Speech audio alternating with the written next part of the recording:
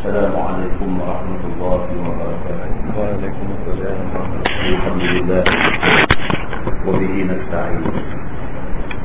أشهد أن لا إله إلا الله وحده لا شريك له، وأشهد أن محمدا عبده ورسوله، ونصلي ونسلم على هذا النبي الكريم سيد المرسلين وعلى آله وصحبه أجمعين. أما بعد، أيها المؤمنون اتقوا الله، أوصيكم وإياي بتقوى الله، فقد فاز المتقون. Muslimin dan muslimat, mudah-mudahan dirahmati Allah Subhanahu wa ta'ala. Di dalam sebuah hadis an Ibrahim bin Muhammad min walad Ali bin Abi Talib karramallahu wajhahu qala كان علي إذا وصف رسول الله صلى الله عليه وسلم قال لم يكن رسول الله صلى الله عليه وسلم بالطويل الممغث ولا بالقصير المتردد، وكان رضعة من القوم. لم يكن بالجعد القطع ولا بالصبر، كان جعدا رجلا، وكان في وجهه تدوير، أبيض مشرق،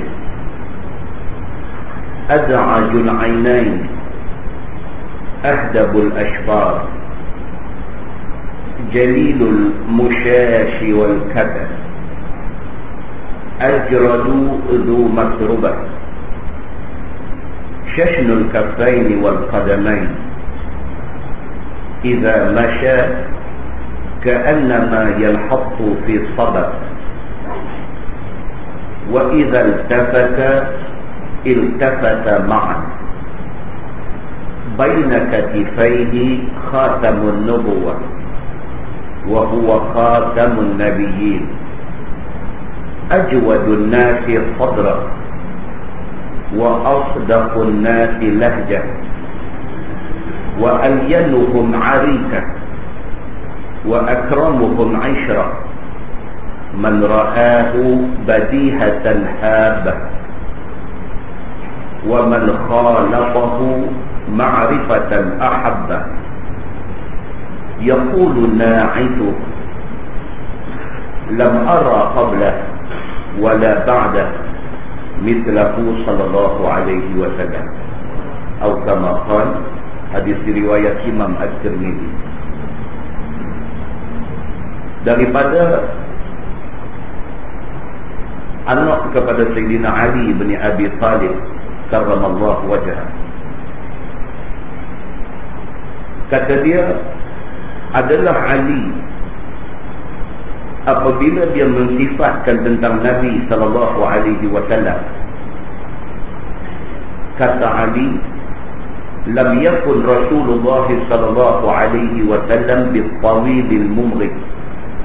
Hadis ni riwayat daripada anak Sayyidina Ali, nama dia Ibrahim. Ibrahim ni anak Sayyidina Ali, tapi orang panggil dia Ibrahim bin Muhammad. Orang bin ketuan dia. Memang dalam hadis, kalau jumpa daripada riwayat daripada Ibrahim anak Sayyidina Ali ni, dia akan buh Ibrahim bin Muhammad bin Tuan. Pasal Tuan tu lebih terkenal daripada bapa dia sendiri. Kata hadis ni, apabila Sayyidina Ali bin Abi Talib diminta untuk mensifatkan tentang Nabi sallallahu alaihi wasallam, generasi selepas sahabat adalah generasi tabi'in. Mereka tak pernah jumpa Nabi. Mereka cuma pernah jumpa sahabat Nabi. Jadi golongan tabi'in bila jumpa dengan sahabat Nabi ni, dia antara benda yang mereka nak tanya sangat ialah tentang Nabi. Hampa pernah jumpa Nabi, cerita mayat dekat kami, Nabi ni macam mana? Nabi ni tubuh badan dia macam mana? Nabi ni janggut dia macam mana? Nabi ni misai dia ada ke tak ada? Nabi ni rambut dia panjang mana? Nabi ni rambut dia belah tang mana, belah tepi ke belah tengah ke. Nabi ni dia suka pakai baju apa. Nabi ni kalau dia pakai baju dia suka color apa. Nabi ni serban dia macam mana. Nabi, orang akan tanya. Pasal apa? Pasal dia bukan saja idola, bahkan dia Nabi. Kalau idola pun orang nak ikut, ini ke pula Nabi SAW. Jadi nak ikut, biar kita tahu secara tepat. Nak sembang pasal serban Nabi saja pun cukup. Nabi ni serban dia ikat ke, serban dia pakai letak macam Arab Saudi letak lah. Itu pun satu perbincangan. Kan? Bukan perbincangan yang nak membawa kepada bertengkar, tapi perbincangan ilmu. Nak tahu yang kata imamah tu maksud dia apa? Bila hadis kata dakhala Nabi sallallahu alaihi wasallam yaum al-fath, Nabi sallallahu alaihi wasallam masuk ke Mekah pada hari pembukaan kota Mekah, wa alaihi imamatun sauda, di atas kepala Nabi serban hitam, dia kata. Jadi serban tu macam mana? Adakah serban letak macam mana Saudi duk letak tu? Tentang pergi ke Mekah, pergi ke Madinah, Arab Saudi dia tak ikat serban, dia letak atas kepala. Adakah itu cara Nabi pakai itu? Tapi tengok negeri Arab lain ikat. Jadi Nabi dulu serban dia letak lebih suka ikat ke? Itu perbincangan. Perbincangan itu mesti merujuk kepada ilmu, baru kita dapat penjelasan dia. Maka hadis-hadis Nabi yang menceritakan tentang perihal Nabi SAW ni, Imam At-Tirmizi mengambil satu inisiatif. Dia bukukan satu buku menceritakan tentang perihal Nabi SAW. Jabatan Mufti Pulau Pinang berkeluar buku ni. Tuan-tuan boleh pergi cari di Jabatan Agama Islam Pulau Pinang, free. Bukan free dekat Ustaz Samsuri saja, tapi boleh bagi free. Jabatan Mufti keluarkan, tajuk dia keunggulan peribadi Nabi Muhammad SAW. Asal teks bahasa Arabnya dikarang, ditulis oleh Imam At-Tirmizi. Ni Bahrul Madi yang kita baca ni adalah himpunan hadis-hadis Imam At-Tirmizi. Imam At-Tirmizi dia buat satu buku cerita pasal Nabi aja. Syama'il Muhammadiyah ataupun Syama'il Nabawiyah, cerita pasal Nabi SAW. Bermula daripada hadis yang pertama ni, macam saya baca tak lagi, kita akan dengar tak lagi, cerita tentang batang tubuh Nabi. Cerita tentang batang tubuh Nabi, rupa parah Nabi, apa yang ada pada diri Nabi. Membawalah kepada tajuk-tajuk yang berikutnya, pakaian Nabi, cara Nabi makan, cara Nabi duduk, semua sampai habis cerita, sampailah akhir riwayat hidup Nabi SAW. Jabatan Mufti Pulau Pinang mengambil inisiatif buat buku ni. Tapi ada dalam edisi Indonesia buat dah. Saya tengok di kedai-kedai buku Indonesia buat dulu lagi dah. Kemudian kita pun ambil inisiatif buat dalam bahasa Malaysia. Muslimin dan muslimat yang dirahmati Allah sekalian. So apabila orang tanya Sayyidina Ali bin Abi Talib, macam mana yang kata Nabi SAW itu? Kata dia, lam yakun Rasulullah SAW bil-tawilil mumghid. Sayyidina Ali bin Abi Talib, dia kata tidaklah Nabi SAW itu tinggi renjong. Nabi ni taklah tinggi sampai renjong. Wala bil qasiril mutaraddid, dan Nabi tidaklah pendek sampai ke meter. Nabi ni dia kata macam mana? Wa kana rab'atan minal qaum. Dan adalah Nabi SAW itu dia rab'ah, dia sederhana di kalangan kaum dia.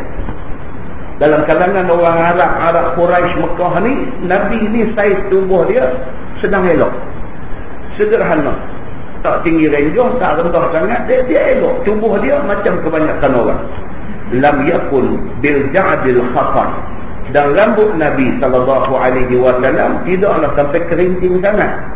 Wala bisab, dan tidaklah rambut Nabi itu lurus straight. Dia kata kana ja'dan rajulan, dan adalah rambut Nabi SAW itu ja'dan rajulan, ikal mayang. Ikal mayang ni dia straight sangat pun tak, kerinting langsung pun tak, dia berombak-ombak begitu. Itu rambut Nabi sallallahu alaihi wasallam. Wa kana fi wajhihi tadwir. Kata Sidina Ali bin Abi Talib, adalah wajah Nabi sallallahu alaihi wasallam ini tidaklah bulat macam mana bulat. Tetapi wajah Nabi itu tadwir, berisi. Dia tak ada sampai pipi kepek, sampai jadi cantik. Muka Nabi ni cantik. Muka Nabi ni tadwir. Dia kata tidaklah bulat sampai macam bola tu, dan tidaklah muka Nabi ni berisi. Dia kata muka Nabi abyadu musyrik, dan kulit Nabi sallallahu alaihi wasallam itu abyad, putih, musyrik, kemerah-merahan. Kulit Nabi sallallahu alaihi wasallam putih kemerah-merahan macam Arab Saudi.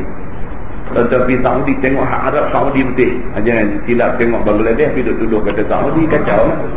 Kita pergi Mekah, kita pergi Madinah, ada jaga kedai-kedai. Kita duduk pergi beli jubah, pergi duduk beli serban, tu bukan Arab. Buat tu Bangladesh. Duduk kerja tu pergi duduk sana 5 tahun, 7 tahun cakap Arab. Kita cakap Arab, duduk kata Arab tu saja. Dah. Saudi betul ni lebih kurang kulit dia macam ni.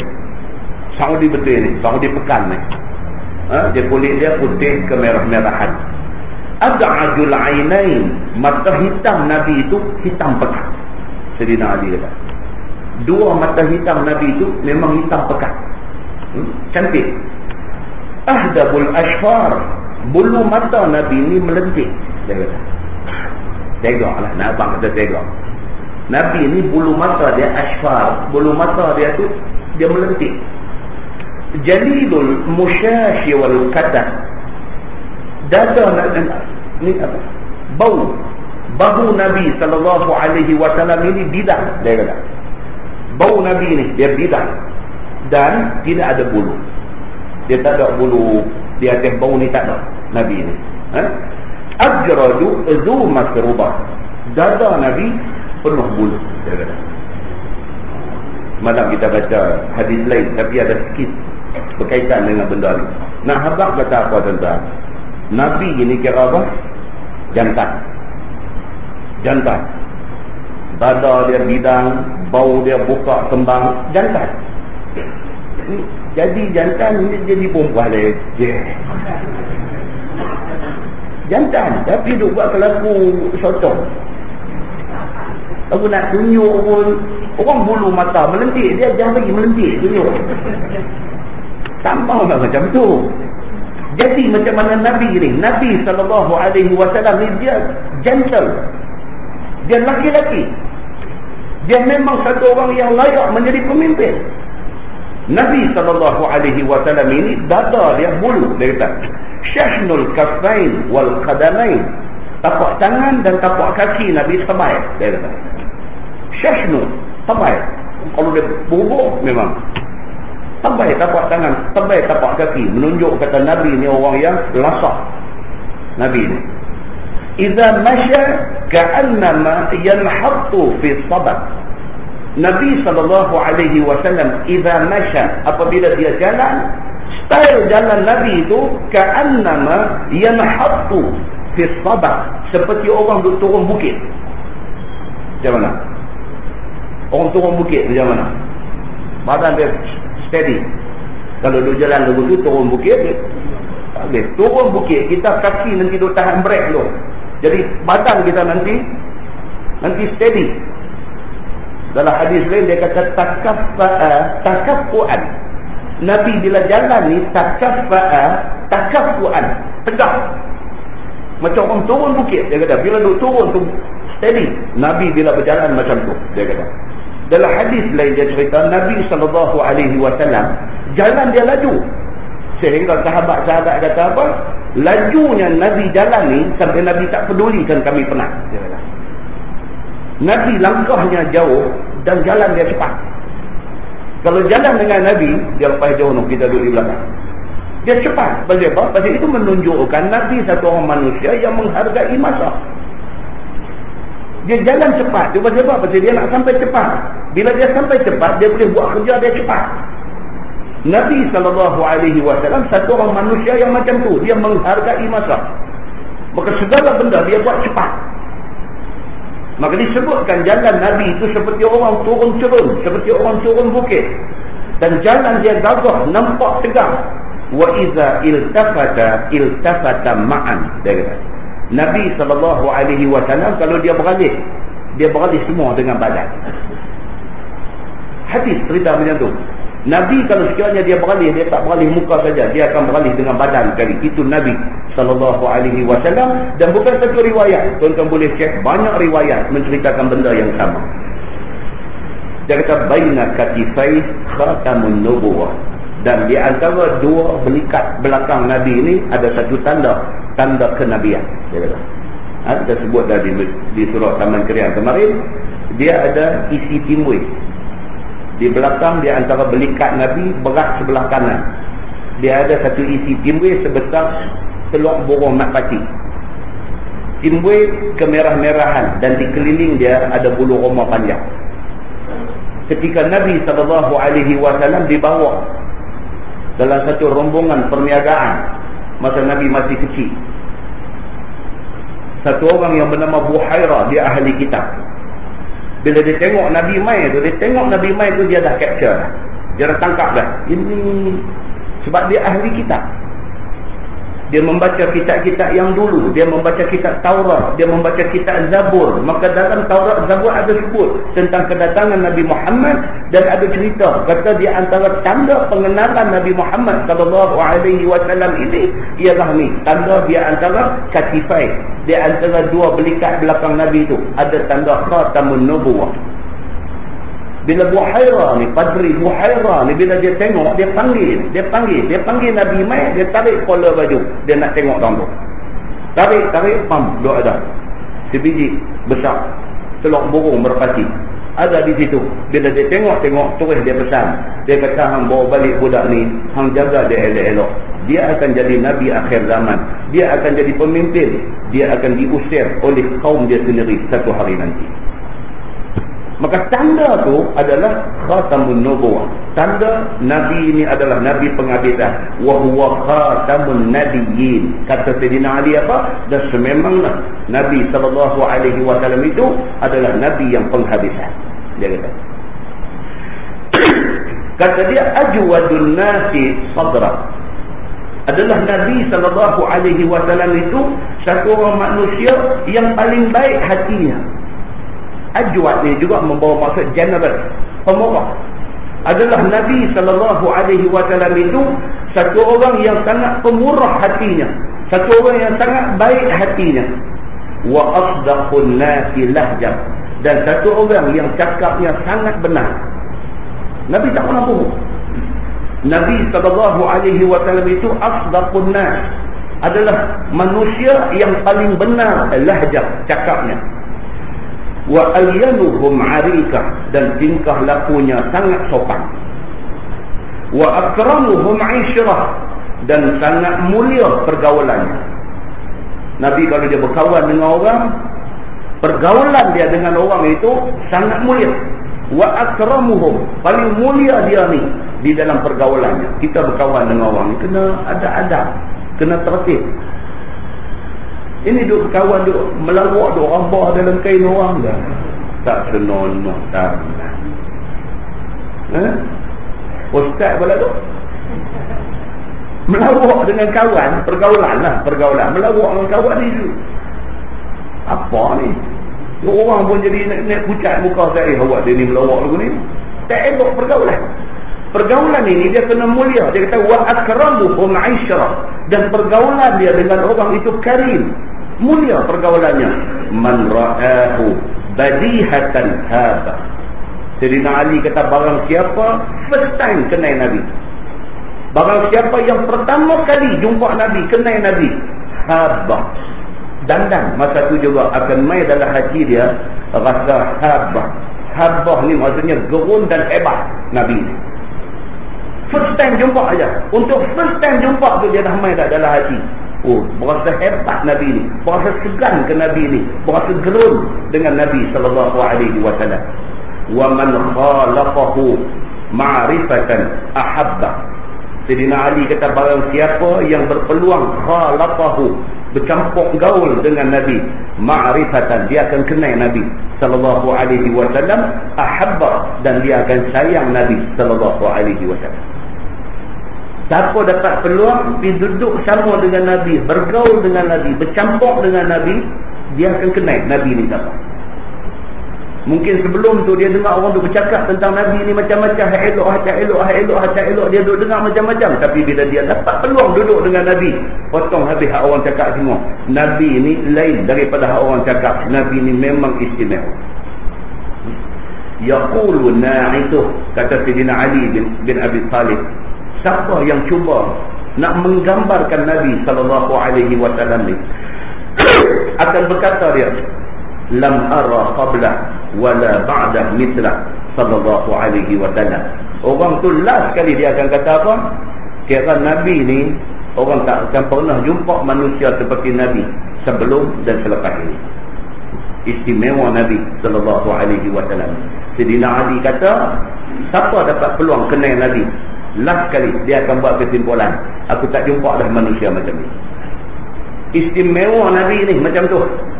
Sebelum ni aku tak pernah jumpa manusia macam ni, dan selepas ni pun aku yakin tidak ada manusia yang seistimewa Nabi Muhammad sallallahu alaihi wasallam. Muslimin dan muslimat dirahmati Allah, iaitu Nabi kita. Nabi kita, Nabi Muhammad sallallahu alaihi wasallam. Memang tak silap kalau sekiranya kita jadikan Nabi ni sebagai pemimpin ikutan kita, memang tak silap. Memang Allah pun kata, laqad kana lakum fi rasulillahi uswatun hasanah. Bagi kamu pada diri Nabi Muhammad sallallahu alaihi wasallam itu satu uswah, satu contoh teladan yang cukup baik. Tak ada dah satu contoh yang lebih baik daripada diri Nabi sallallahu alaihi wasallam. Mudah-mudahan mukadimah itu memberi manfaat kepada kita semua, insya-Allah. Kita menggunakan Bahrul Mazi jilid 19. Muka surat 62. Muka surat 62, bab ma jaa fil intihai amma naha anhu Rasulullah sallallahu alaihi wasallam. Itu bab yang datang pada menyatakan hadis yang menunjukkan atas berhenti daripada buat barang yang ditegah oleh Nabi sallallahu alaihi wasallam. Ini satu tajuk dia nak beritahu apa? Kalau Nabi tegah, Nabi larang tak bagi buat benda tu, jangan buat. Kalau sekiranya ada benda tu dilarang oleh Nabi, jangan terbiang buat.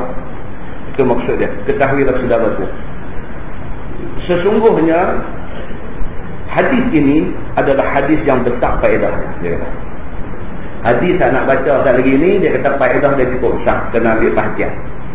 Telah meriwayatkan oleh Imam Bukhari dan Imam Muslim dan lainnya dan di dalam Muslim cukup panjang hadis tentang ini, iaitu bertambah pada awalnya begini. Dia kata, khatabana Rasulullah sallallahu alaihi wasallam faqala, ya ayyuhan nas, qad furida alaykumul hajj fahajju. Faqala rajul, akullu 'am ya Rasulullah? Fasakata an-nabi sallallahu alaihi wasallam hatta qalaha thalathan. فقال رسول الله صلى الله عليه وسلم لو قلت نعم لوجبت ولما استطعت. Maksudnya, berkhutbah Nabi sallallahu alaihi wasallam di depan para sahabat.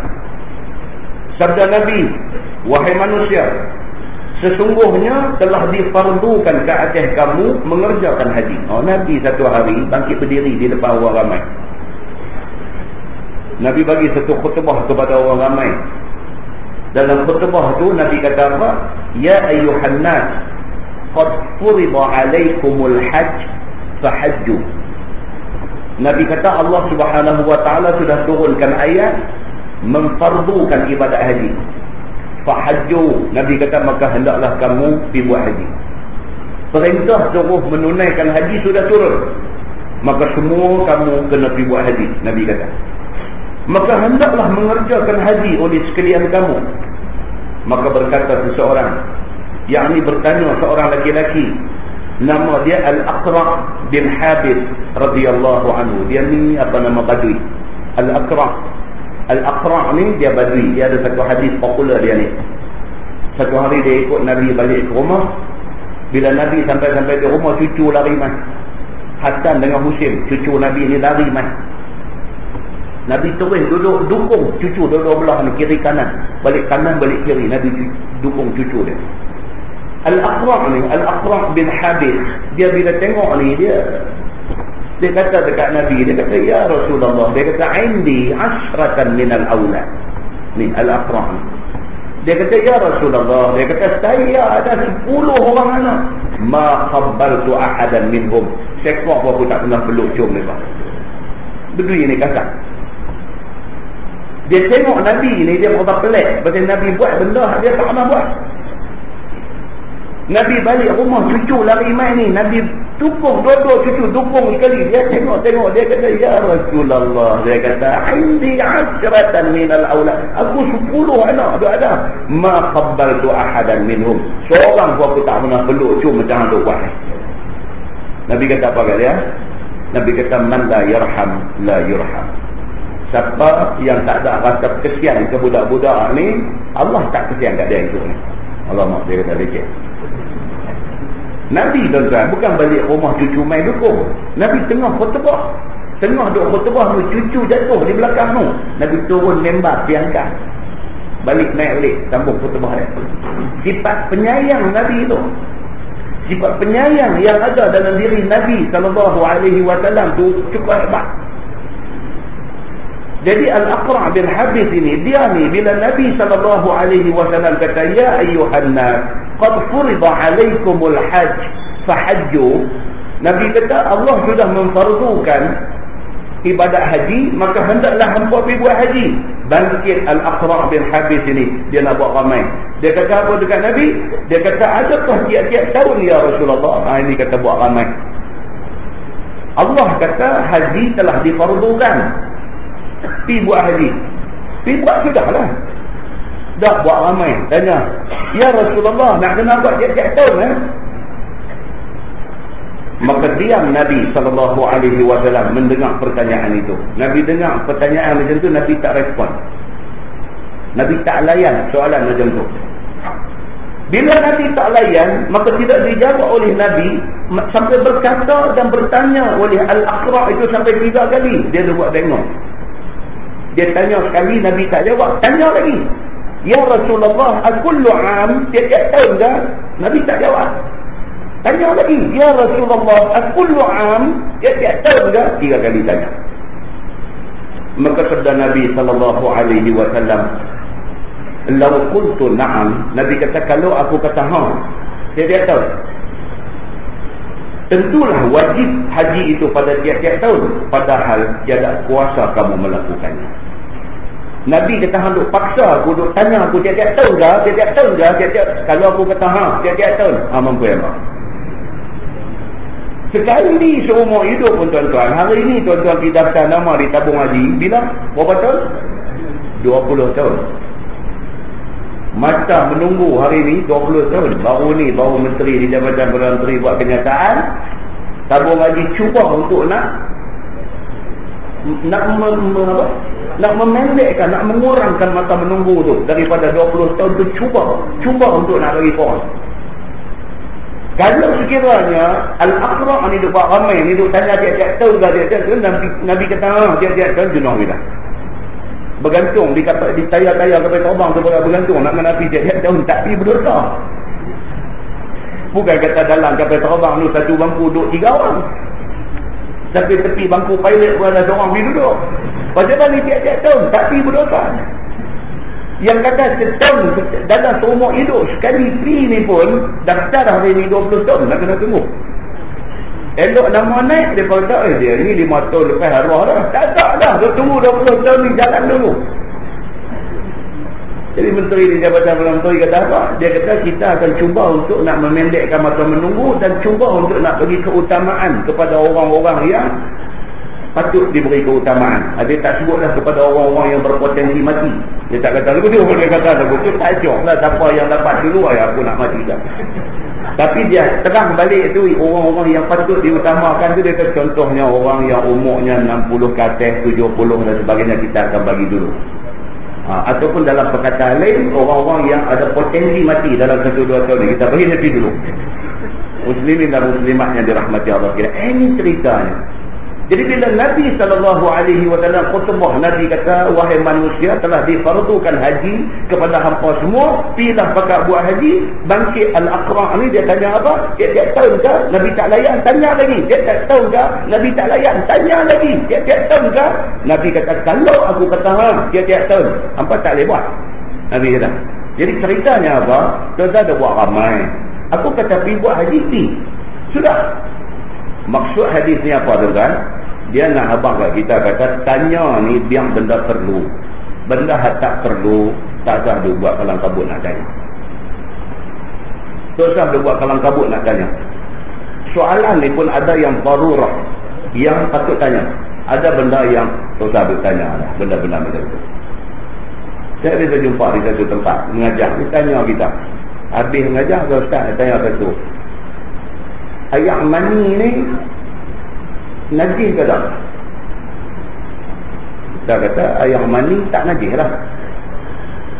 Pasal apa? Pasal ada hadis menceritakan Nabi SAW bila nak semayang, tengok ada ketan ayak mani di kain dia, dia garing-garing dengan kuku dia ya. Dan dia pakai kain itu semayang. Maka kesimpulan hukum daripada hadis itu ialah ayak mani ini tidak najis. Ustaz nak tanya, kalau ayak mani tak najis, kalau kita himpun bagi cukup 2 polah, boleh guna buat ambil air semayang tak? Macam ni punya orang ada. Dah ustaz kata tak najis, kalau kita himpun bagi cukup 2 polah, boleh tak buat ambil air semayang? Patut kata saya layan soalan macam ni? Ada. Saya buat tak tahu, tanya lagi. Nak marah pula. Saya kata dia pakcik orang tua lah. Pakcik, dia kata, pakcik balik himpun bagi cukup 2 polah, mai saya bagi jawapan. Kita pun dia nak main aja tu macam kan. Saya pergi buka khabar leso pergi tadi. Kan? Janganlah macam tu. Janganlah macam tu. Nabi SAW jumpa dah kat nakal ni. Nabi dah jumpa dah. Nabi tak jawab, tanya. Nabi tak jawab, tanya. Nabi tak jawab, tanya. Nabi kata begitu. Kalau aku kata wajib tiap-tiap tahun, nanti tak boleh buat. Baru dia lihat. Ini awal hadis. Dia main macam ni dulu. Kemudian daripada itu sambung hadis itu seperti dalam riwayat yang dikeluarkan oleh Imam At-Tirmidzi yang kita nak baca ni. Dia kata an Abi Hurairah radhiyallahu anhu qala Rasulullah sallallahu alaihi wasallam utrukuni ma taraktum fa idza haddathtukum fakhudhu anni fa inna ma halaka man kana qablakum likathrati su'alihim wa ikhtilafihim ala anbiya'ihim. Itu sambung hadisnya. Diriwayatkan daripada satu sahabat Nabi SAW. Nama dia Abu Hurairah radhiyallahu anhu. Kata dia sabda Nabi SAW, biarkan aku terang barang yang sayogia aku terang kepada sekalian kamu. Jangan banyak-banyak soal ke atasku. Bila soalan pelik macam ni Tok Mai, Nabi kata nanti Zat, aku nak pesan dekat hangpa satu benda. Nabi kata, jangan duk tanya soalan pelik-pelik dekat aku. Nabi bagi amaran. Jangan hangpa duk tanya soalan yang pelik-pelik, banyak-banyak tanya soalan yang pelik-pelik kepada aku. Kerana yang demikian itu tidak sayogiah bagi sekalian kamu. Nabi kata tak sewajarnya hangpa tanya soalan macam-macam ni dekat aku. Maka apabila aku khabar kepada kamu akan apa-apa khabaran dan hukum, hendaklah ambil terima oleh sekalian kamu. Nabi kata aku kata apa, kalau benda tu dengar dah faham sudah, jangan duk tanya aku. Benda yang aku khabar, benda tu dengar sekali boleh faham, jangan tanya dah. Jangan buang masa duduk tanya benda hak pelik-pelik ni. Kerana sesungguhnya orang yang ada yang dahulu daripada kamu, binasa mereka itu dengan sebab banyak soal mereka itu, dan dengan sebab berlawan mereka itu dengan nabi-nabi mereka itu. Nabi kata apa? Nabi kata umat sebelum hampa ada yang dibinasakan kerana banyak tanya soalan yang bukan-bukan dan duk lawan Nabi. Maka kerana tu Allah binasakan mereka. Jangan hampa jadi macam mana yang dah kena kepada mereka tu. Maka kata Imam At-Tirmidzi, ini hadis hasan lagi sahih. Boleh faham eh? Baik. Kemudian dia kata kebinasaan umat yang dahulu sebab banyak soal dengan ketiadaan darurah. Tanya ni boleh tanya, tapi soalan yang memang patut tanya. Soalan yang darurah. Soalan yang memang kena tanya. Sampai ada benda nak kena tanya pun tak tanya, tak boleh. Takut satu hari kita jadi kelam kabut. Kita tak tahu nak selesai macam mana. Banyak persoalan dalam dunia ni tuan-tuan yang kita kena tanya. Banyak soalan. Jatuh motor, patah tangan, tangan kena semen, duduk di kaki hospital, nak semayang, nak ambil ayat semayang macam mana, itu kena tanya.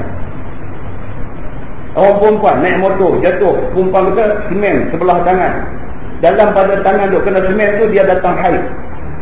Lepas tu bila dia habis haid, tangan duk semen lagi, dia nak angkat hadis besar macam mana dalam keadaan tangan duk semen.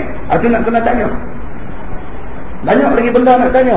Jangan tanya benda hak bukan-bukan, benda hak tak ada kena mengena, dia tanya. Itu tak nak. Muslimin dan muslimah yang dirahmati Allah. Soalan yang contemporary orang nak tanya. Saya dah baca tajuk ni lalu di surau Bertam Kepala Baca.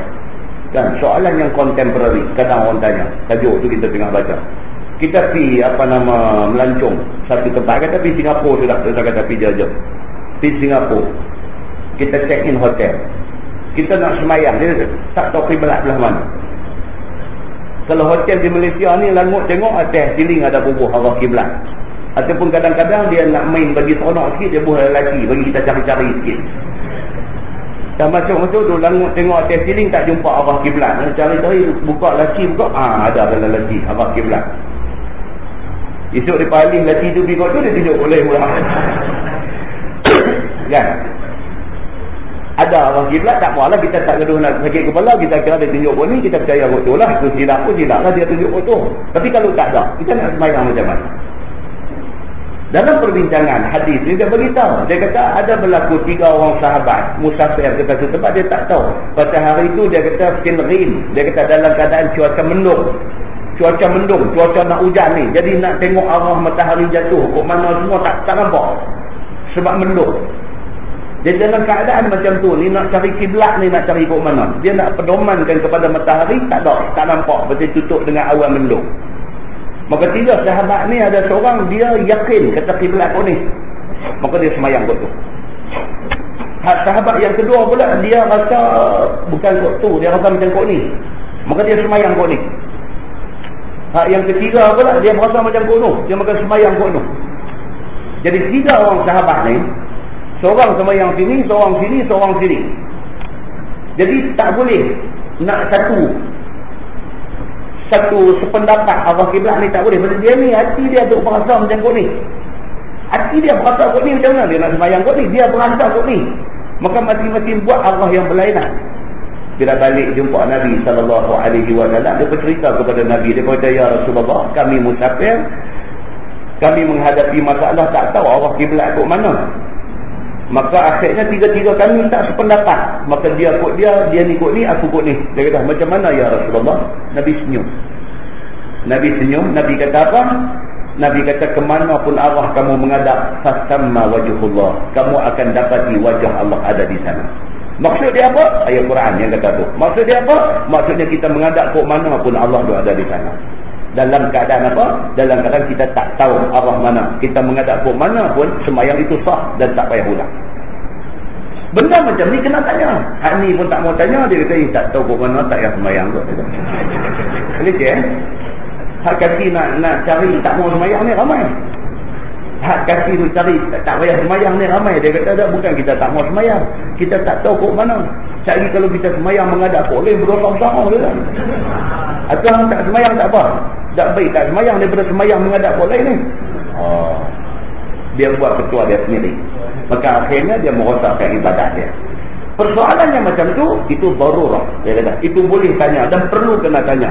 Tapi yang tidak darurah, yang ketiadaan darurah, itu jangan tanya. Dia kata, apabila disuruh akan mereka itu mengesahkan Allah dan menjunjung apa suruh Allah, lalu menuntut mereka itu pada nabinya akan barang yang tidak sayangnya dituntut dan diambil kira bicara. Bila Nabi suruh buat satu benda, hidup tanya banyak-banyak, tak mahu lah.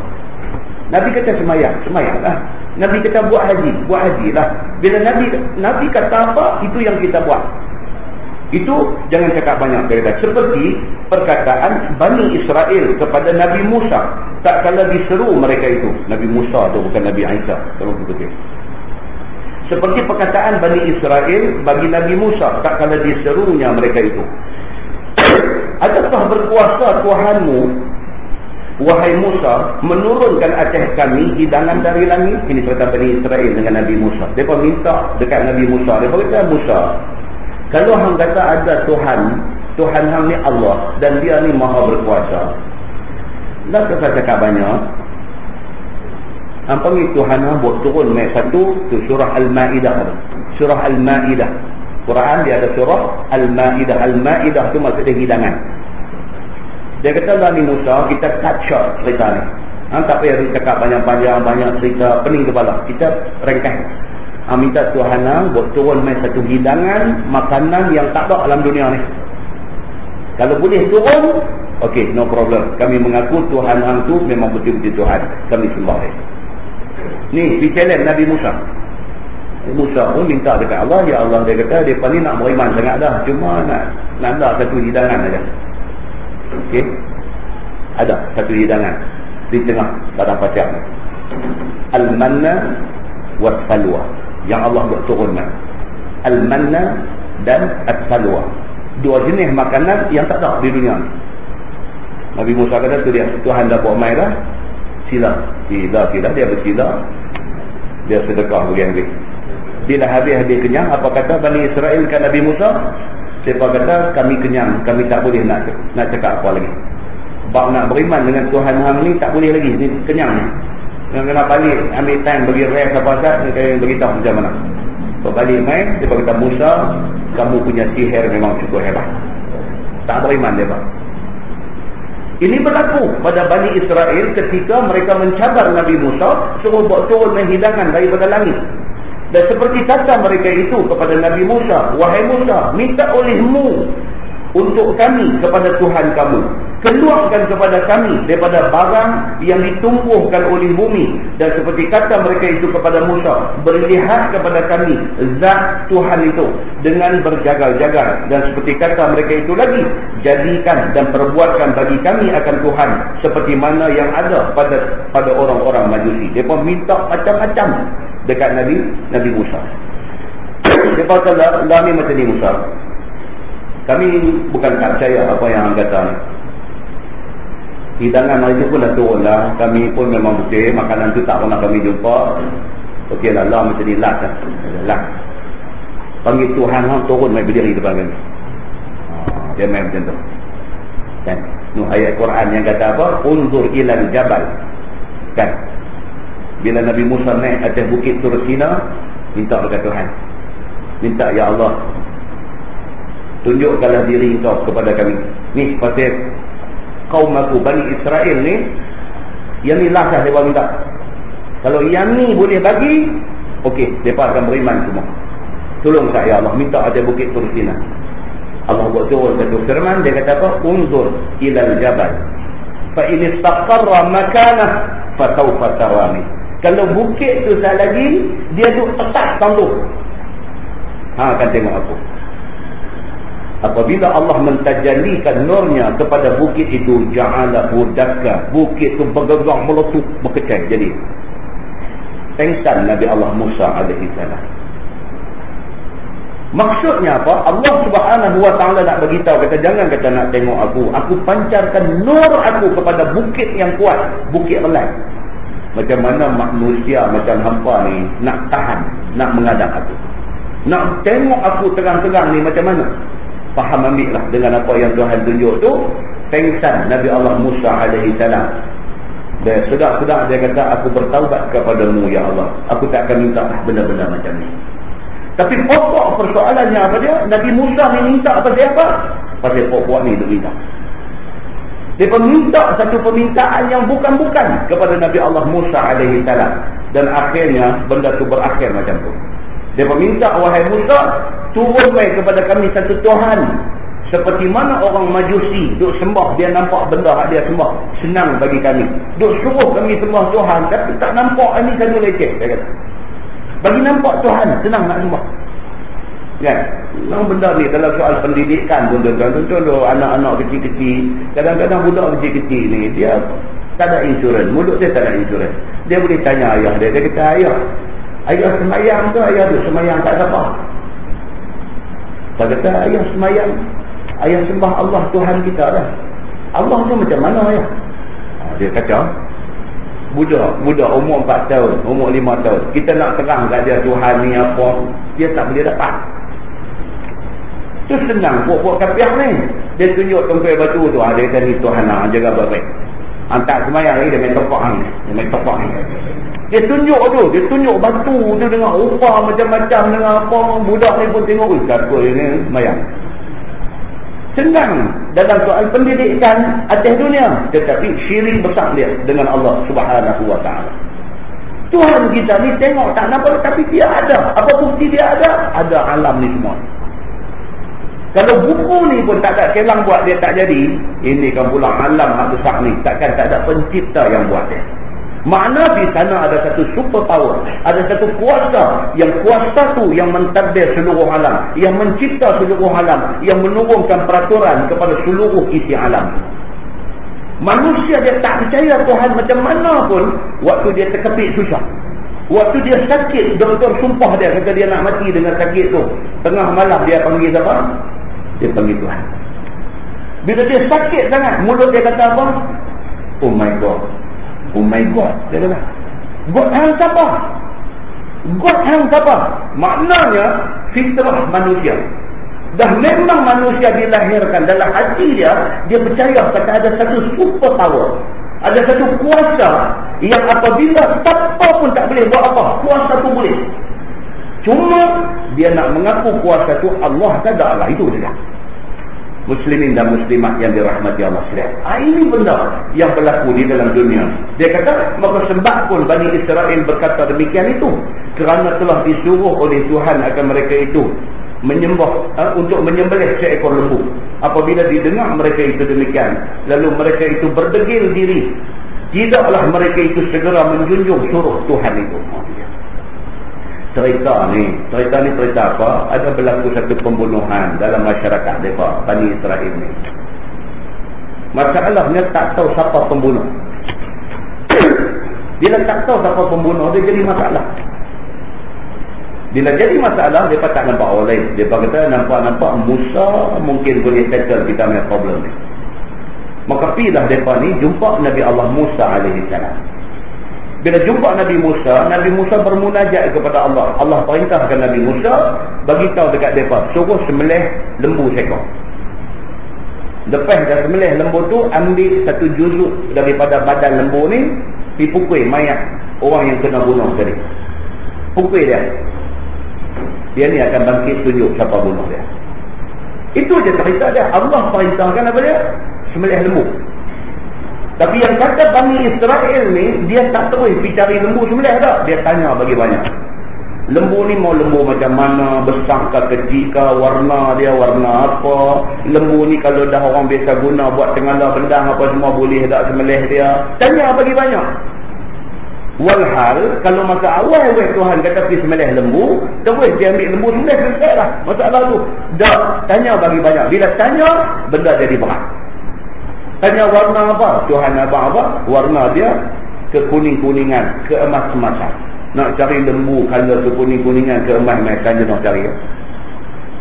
Tanya lagi, apa pula dia ni biasa kerja buat sawah apa-apa tak? Tak mau. Buat sawah dia tak mau. Nak cari lagi susah. Jadi keadaan tu sudah jadi payah. Tuan-tuan boleh baca dalam surah Al-Baqarah, ayat ni dia panjang. Ayat ni dia main cukup panjang. Nak cerita tentang PL perangai orang-orang Bani Israel ni yang menyusah diri mereka sendiri. Maka dia kata bahkan memberati mereka itu atas dirinya dengan membanyak-banyak soal daripada rupa lembu itu dan sebagainya. Bila tanya Tuhan bagi banyak. Maka diberati pula oleh Tuhan dengan menambah agar rupa sifat lembu itu, sehinggalah hampir tidak didapati mereka itu sebagaimana kemahuan mereka itu. Lah dia jadi susah. Syarat bila jadi makin ketat, maka dia jadi susah. Maka firman Tuhan, melainkan dapat seekor lembu sahaja yang demikian itu.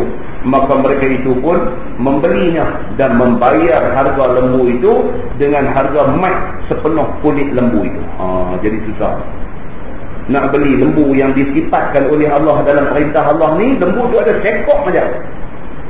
Dan lembu tu pula harga dia banyak mana? Bila dah sembelih dia, lapah kulit dia hampas, ambil meh lungguk atas kulit tu banyak mana? Itulah harga lembu tu. Benda ni berlaku. Ini bukan cerita 1001 malam, hikayat 1001 malam. Ini cerita berlaku betul pada zaman Nabi Allah Musa alaihi salam. Dan adalah hal perkara lembu itu satu hikmah besar. Dan inilah ceritanya. Baru nak cerita kat kita yang cerita lembu ni. Dia kata ada satu orang saleh di kalangan Bani Israel. Dan ada baginya satu anak laki-laki yang masih kecil. Dan ada bagi orang saleh itu seekor anak lembu. Dia ni orang saleh daripada Bani Israel. Anak kecil ada satu, anak lembu ada seekor. Kemudian dibawa anak lembu itu ke ladangnya. Dan berkatalah orang saleh itu, wahai Tuhanku, aku pertaruhkan lembuku ini padamu untuk anak aku sementara menanti besarnya. Dia bawa anak lembu ni di tengah badan, dia lepas lembu tu. Dia minta dekat Tuhan, dia kata, ya Allah, aku serah lembu ni, tolonglah tengok-tengokkan lembu ni. Minta Allah tolong bagi protection kepada lembu ni. Aku nak simpan ini saja harta yang aku ada, yang aku nak tinggal dekat anak tunggal aku yang seorang ni. Dia kata. Maka ia pun lalu dilepaskan dia. Dan adalah orang saleh itu ada dua ibu bapa yang diperbuat bakti sehabis-habis bakti. Dan dia ni orang saleh ni pula ada mak pak tua lah. Dia punya khidmat dekat mak pak dia ni tak tahu nak abang. Begitu. Sehinggalah ada seorang laki-laki datang kepadanya membawa seorang jariah, harganya 50,000. Satu hari mai satu orang dekat dia, ni hang ni duk jaga mak pak tua ni susah, ambillah hamba orang. Ambil satu perempuan jariah, bolehlah dia tolong jaga orang tua dua orang ni. Macam kita hari ni lah, orang tua kita dah tua, kita pergi ambil satu maid Indonesia untuk tolong duduk di rumah tu, masak makan bagi kat orang tua tu, tolong kelola dia kalau dia uzur nak bawa dia pergi pancok ke apa dan sebagainya. Lebih kurang macam tu cerita. Mai satu orang jumpa orang saleh ni, dia kata hang ni susah nampak ni, nak jaga orang tua ni lagi, nak buat kerja lagi, nak apa lagi, ambillah jariah ni orang, aku nak jual kat hang harga 50,000. Dia kata. Kemudian jariah itu mempunyai kelebihan, maka dibelinya akan dia daripadanya. Dan berkata ia pada orang yang berjual itu, bapa aku tengah tidur dan kunci peti besi aku ada di bawah bantai. Jadi dia kata apa? Okey, aku jadi ambil perempuan jariah ni untuk nak tolong jaga orang tua ni. Tapi nak bayar duit 50,000 ni nak kena buka peti-peti. Kunci tu duk ada bawah bantai, ayah aku duk tidur dalam tu. Dia kata, nantilah sehingga dia jaga. Maka kata laki-laki itu, bangunkan akan dia. Ni kawahan nak jual perempuan jariah ni. Dia kata apa? Dia kata aku tak boleh ni, aku tak lagi ada meeting ke apa. Lebih kurang macam tu. Dia kata aku nak cepat ni, nak tunggu orang tua ni nak bangkit pergi apa tak tahu. Dia kata tidur dia, cepat sikit, aku mau harganya dibayar. Maka jawab laki-laki saleh itu, tidak mau aku memperbuatnya. Baiklah, dia kata, aku tambah harganya 10,000 lagi. Dia tak mau gerak, pak dia duduk tidur tu. Dia kata, hang tunggu sah, tunggu sampai ayah aku jaga, aku nak ambil kunci bawah bantai dia. Hang nak tolak dekat aku, orang gaji ni berapa tadi? 50,000, aku tambah 10,000 lagi. Aku bayar dekat hang 60,000 tak apa, tapi tunggu sah sampai ayah aku bangkit tidur. Dia kata begitu. Dan tunggu sampai dia jaga. Kata orang yang berjual itu, boleh aku turunkan daripadamu 10,000. Dia ni pula nak cepat. Dia kata, aku tunggu memang tak boleh. Okeylah macam ni. Tadi kata 50,000 kan, 40 je lah. Dia kata, tapi hang pergi gerak orang tua tu, hang buka bagi bayar aku 40,000 lah ni. Nak turun lagi, nak potong 10,000. Janji nak ambil duit cepat. Dan tinggal 40,000 saja harga jariah ini. Jika kamu bangunkan bapa kamu sekarang ini dan lekas bayar kepada aku harganya. Jawab orang saleh itu, lah ni macam ni, aku tambah harganya lagi 20,000. Dia kata, hang tunggu pak, aku tak mau kacau dia. Dia duduk tidur, aku tak boleh kacau orang tua ni tidur. Tak apa, tambah lagi 10,000 lagi. Jadi berapa? 70,000. Aku bayar hang 70,000 tak apa, hang tunggu sampai pak aku bangkit. Cerita ni dia nak abang apa kat kita tuan? Nak abang kata anak ni anak yang berbakti kepada ibu bapa. Pak duduk tidur tu tak mau kacau. Pak duduk tidur tu tak mau kacau. Tentu ingat balik hadis sahih yang menceritakan tentang 3 orang pemuda yang terkurung dalam gua. 3 orang masuk dalam gua, batu tutup pintu. Kan? 3 ni duk tolak tak boleh. Akhirnya doa dekat Tuhan, minta dengan sebut satu amal yang dia pernah buat, yang dia rasa amal itu ikhlas. Seorang sebut apa? Dia ada 2 mak pak. Dan dia menjadi kebiasaan dia kerja, hasil daripada kerja dia beli susu, bawa balik nak bagi mak pak dia minum. Balik-balik mak pak tidur, duk tunggu mak pak bangkit nak pergi minum air susu tu. Anak tu teriak nak minum susu, dia kata tak boleh, Tok Wan minum dulu baru hangpa boleh minum. Dia tunggu, pegang susu tu di tangan sampai jaga orang tua dia ni, dia bagi minum. Dia doa dekat Tuhan, dia kata apa? Ya Allah, kalaulah aku buat ni ikhlas kerana-Mu, bagi kami lepas daripada gua ni. Allah genjak batu tu sikit, kata. Maka ulama hadis mengambil kesimpulan bahawa berdoa dengan menyebut amal yang kita rasa kita buat ikhlas kepada Allah, itu dibenarkan oleh agama. Pasal apa? Pasal hadis sahih menceritakan benda tu ada berlaku. Kita pun bila kita mai satu keadaan kita desperate, benda. Siapa pun boleh kena keadaan ni, kita desperate. Kita simpan ni satu wish kita dekat Tuhan dengan menyebutkan amal ikhlas yang kita pernah buat. Kita simpan benda tu. Bila kita duduk dalam keadaan kita desperate betul-betul, kita nak minta semua-semua benda ni dekat Tuhan, benda ni kita buat keluar.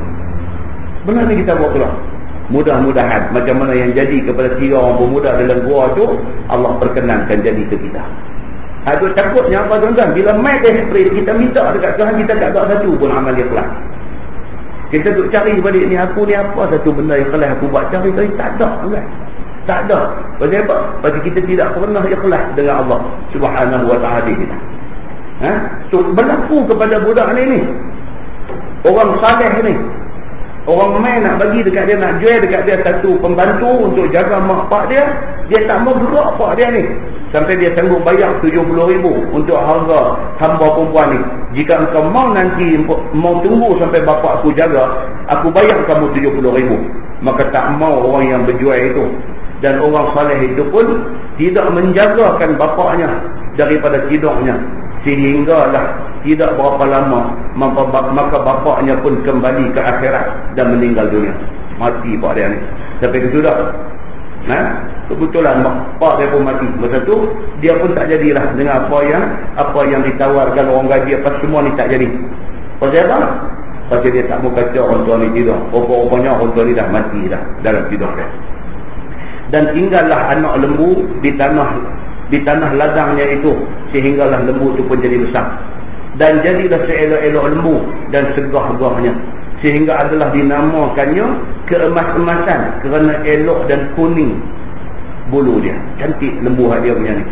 Dan adalah lembu itu lari daripada tiap-tiap orang yang melihat akan dia. Lembu ni pula bukan takat cantik, dia jadi pemalu macam anak dara dulu. Adakah anak dara lari malu? Jangan dulu punya anak dara yang lari bila nampak orang. Lah dia lompat nak liga awak. Kan? Ni cerita anak dara dulu. Di lembu dulu ni dia madu. Dia nampak orang dia lari, dia nampak orang dia lari. Maka apabila besar anak orang saleh itu, jadilah pula ia membahagikan malam kepada 3 bahagian. Ini pula cerita anak dia pula. Anak kepada orang saleh ni pun jadi anak yang saleh juga. Dia ni pula jadi macam mana? Dia ni malam dia dibahagikan kepada 3. Sepertiga malam itu untuk sembahyang, sepertiga malam untuk tidur, dan sepertiga malam lagi duduk di sisi ibunya. Jadi orang. Jangan kita hari ni kalau Allah Ta'ala uji kita dengan orang tua, dengan mak, dengan pak, umur lanjut, uzur, dia ada lagi berkali adik-beradik ni nak pergi jaga mak, nak pergi jaga ayah, berkali.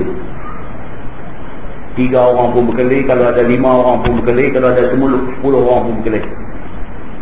Mati-mati ni dengar kata pak sakit, dengar kata mak sakit ni, siapa nak balik tunggu mak pak ni? Mati-mati ni duk fikir, bukan duk fikir nak cari mata balik mai jaga, duk fikir nak cari alasan untuk tak balik mai jaga. Ni ada lah ni. Dia kata kak bukan tak mau balik, kak ni bagi satu alasan. Abang pula kata abang Bukanlah abang tak mau balik, abang tahu memanglah apa mau bagi satu alasan. 5 orang duk ada 5 alasan. Siapa pun tak mau jaga orang tua ni. Hari ni hari orang tua ni, esok kita tua, hari kita pun dah. Esok anak kita buat lagu tu kat kita, maka air mata kita tengah. Tapi hari ni hari orang tua kita kena, kita keras hati, kita boleh tak peduli ke dia. Maka budak ni anak kepada orang saleh tadi ni, dia bahagi 3 malam dia ni, malam dia bahagi kepada 3. Sepertiga dia semayang, sepertiga habuan dia tidur, habuan rest diri dia, dan sepertiga duduk sebelah mak dia yang dah tua uzung ni, dia duduk sebelah. Maka dia kata apabila pagi hari pergi ia ke hutan mengambil kayu api, dipikulnya atas belakangnya, dibawanya kayu api dijual ke pasar. Bila sudah didapat uangnya, maka ia pun sedekahkan sepertiganya. Begitu pula lah. Bila cerah ya pagi, mak tak apa, mak saya nak keluar pergi cari rezeki, pergi cari kayu api, tanggung kayu api, pergi jual. Boleh duit, bahagi 3 pula duit tu. Sepertiga duit tu sedekah dulu. Sepertiga sedekah dulu. Dan sepertiga dimakan, dan sepertiga diberi kepada ibunya. Ada kita hari ni bagi sepertiga lah mak kita? Oh, tak. Boleh bagi RM30 pun mujang. Boleh bagi RM30 mujang. Ada ni dia kata apa? Mak ada pencen lah. Dia kata saya ni belanja tak cukup mak pinjam duit mak boleh. Tu ada banyak. Duit dia memang tak bagi kat orang tua ni. Tak bagi dah. Kata pula lagi dia kata mak ada pencen. Saya ni mak tahu lah anak tengah tu besar lah. Sekarang satu cerita panjang. Anak ni pakai duit anak ni tuition sekian banyak duit. Kira tak boleh bagi kat mak. Lepas tu kalau boleh lah minta tolong mak sikit pinjam RM5,000. Tuan-tuan, saya kata ni ada tak jadi? Ada tuan-tuan. Ada benar-benar macam ni. Duk jadi pun lari. Cerita yang kita baca ni tak, dia sepertiga abang mak dia. Sepertiga abang makan dia dan keluarga. 1/3 lagi sedekah dah. Macam ni. Maka pada satu hari berkata mak dia, wahai anakku, sesungguhnya bapa kamu ada meninggalkan kamu seekor anak lembu yang dilepaskan di tengah padang lapang tanah. Maka bolehlah kamu pergi dan panggil anak lembu tu dengan nama Tuhan Ibrahim, Ismail dan Tuhan Ishak. Kiranya dikembalikan ia kepadamu. Mak ni pun bini orang saleh, bini orang baik-baik. Mak dia kata kat dia, Pak Hang dulu, arwah Pak Hang dulu ada lembu seekor. Dia dah bagi tahu kat mak, dia kata dia tak ada apa, lembu ni aja dia tinggalkan. Tapi dia pergi lepas di tengah padang tu. Pak pekan dah itu, bila hang besar, hampir cari lembu ni, tapi seru dengan nama Tuhan Nabi Ibrahim, Tuhan Nabi Ishak. Sebut panggil lembu ni mai balik. Dan alamat lembu kamu tu, apabila engkau lihat akan dia, seolah-olah nampak kepadamu cahaya matahari keluar daripada kulit tubuh ni lembu ni. Nak kenal lembu ni mana satu? Lembu tu main badan dia, bulu dia cukup cantik, nampak macam cahaya keluar daripada bulu dia. Cantik lembu yang bapa hang tinggal ni. Maka pergilah ia ke tanah lapang itu. Lalu dijumpa sedang makan dan berjalan-jalan ke sana kemari. Dia pipi nampak yang ni dah gambar kot ni, comel dua lembu ni. Maka keriau ia dan dipanggil ia dengan nama Tuhan Ibrahim, Ismail, Ishak dan Yaqub. Dia panggil lembu ni dengan nama Tuhan Nabi Ibrahim, dengan nama, panggil dengan nama Allah, panggil mai. Lalu datanglah lembu itu dengan berlari ke depannya, maka dipegang oleh budak itu akan leher lembu itu dan dipimpinnya. Dapatlah lembu tu, dia pun pegang-pegang, dia lembu tu pun turut dia. Maka berkata lembu itu dengan izin Tuhan. Lembu ni bercakap dengan izin Allah. Tuan-tuan, Tuhan boleh tak buat bagi lembu bercakap? Boleh tuan-tuan. Jangan pula siapa dengar kami dia kata ni nak main merepek dah ni, dia main lembu bercakap pula tak. Dia nak main cerita Walt Disney ke apa? Tak. Tuan-tuan pernah dengar cerita dalam hadis tentang budak-budak yang boleh bercakap masa kecil? Siapa yang bagi budak-budak yang baru beranak ni boleh bercakap? Siapa? Allah Subhanahu wa ta'ala. Kalau Allah boleh bagi budak baru beranak boleh bercakap fatih, Allah boleh bagi siapa mana lembu, mana binatang apa pun, Allah boleh bagi dia bercakap kalau Allah mahu. Begitu ceritanya.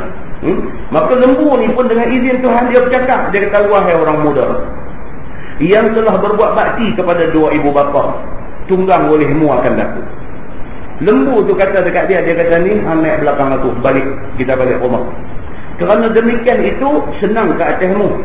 Maka kata budak muda ni, sesungguhnya ibuku tidak suruh aku buat yang demikian itu. Bahkan yang dikatanya, pegang lehermu. Ada kata, tak, mak aku tak suruh aku ragas naik atas belakang. Dia suruh aku tuntun orang buat balik.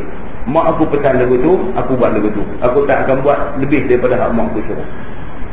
Ada anak yang macam tu hari ni? Ada tak? Ada, tapi sikit kan.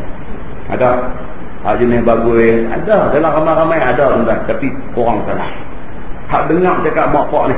Maka jawablah lembu itu, demi Tuhan Bani Israel, jika kamu tunggang akan daku, nescaya tidak kuasa kamu buat apa.